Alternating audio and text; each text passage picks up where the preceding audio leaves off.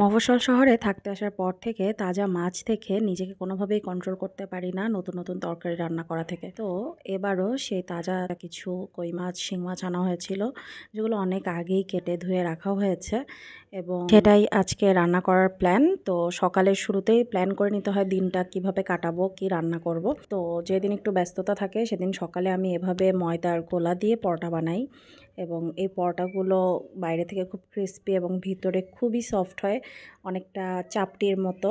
আর চাপটির একটা updated version বলা যায়, তেল দিয়ে জাস্ট পরোটার মতো ফ্লেভার আনা হয় এবং আয়ুষারিয়া এটা খুব এনজয় করে খায়। আর আমি একসাথে বেশ কিছু সবজি করে রাখি যেটা আমরা নাস্তায় খেয়ে থাকি, সাথে যে কোনো একটা আইটেম হলেই হয়, লাইক পরোটা, রুটি, চাপটি, যেটাই হোক সবজি করা থাকলে আসলে টেনশনটা কমে যায়।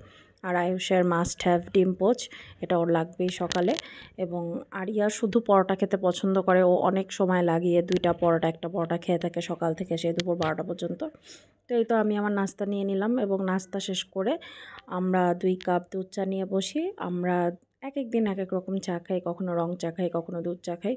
তো যেদিন আর কি কাজের পরিমাণটা একটু বেশি থাকে আমি বুঝি, সেদিন আমি একটু দুধ চা খেয়ে নেই, কারণ আমার মনে হয় তাতে আমি একটা রিল্যাক্স আর কনসেন্ট্রেটেড ফিল করতে পারি। তো এই তো দুধ চা রেডি করে নিলাম এবং তারপর আমি সব কাটাকুটি শেষ করে বাচ্চাদের সাথে বসে পেয়ারা খাচ্ছি। এই পেয়ারা খাওয়ার মাঝখানে আমি মাছ ম্যারিনেট করে রেখে আসছি এবং সব কাটাকুটি করে আসছি, একটু রেস্ট নিয়ে এরপর চলে গেছি রান্না করতে। রান্না করব আজকে কচুরমুখী দিয়ে কই মাছ।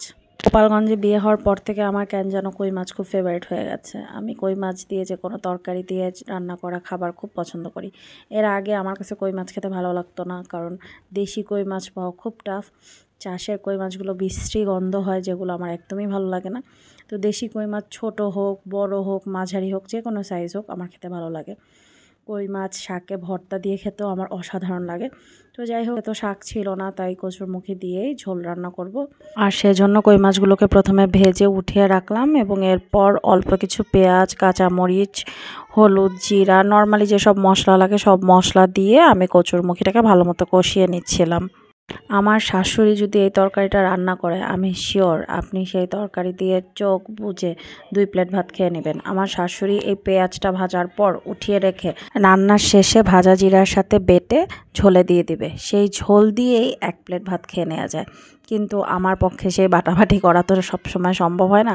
তো আমি চেষ্টা করি পেঁয়াজটাকে একটু ব্রাউন করে বেরেস্তার মতো করে ভেজে তারপর মশলাটা কষাতে, এতে করে পানিতে যতটুকু পেঁয়াজ গলে যায় কিছুটা হলেও ঝোলের ফ্লেভারটা ওরকম পাওয়া যায়। কিন্তু আগের দিনে আমাদের মা, শাশুড়িরা যেভাবে রান্না করতো, আমি দেখেছি কোনো একটা বিচিত্র কারণে একদম এক্স্যাক্ট রেসিপি ফলো করার পরেও সেরকম রান্না করা যায় না। আমার মনে হয় লাকড়ির চুলার রান্নার কারণ এবং তাদের কিছু স্পেশাল টেকনিক ফলো করার কারণে সেই টেস্ট আমাদের রান্নায় কখনোই আর কি রিপিট হয় না। তো যাই হোক, আমি এই যে ঝোলের পানি দিয়ে দিয়েছি, এরপর মাছ অ্যাড করে দিয়েছি, সবশেষে ধনিয়া পাতা এবং জিরা গুঁড়া, যাতে ওরকম ঝোলের স্বাদ আনে সেজন্য আমি ভাজা জিরার গুঁড়া ব্যবহার করে দিয়ে দিলাম।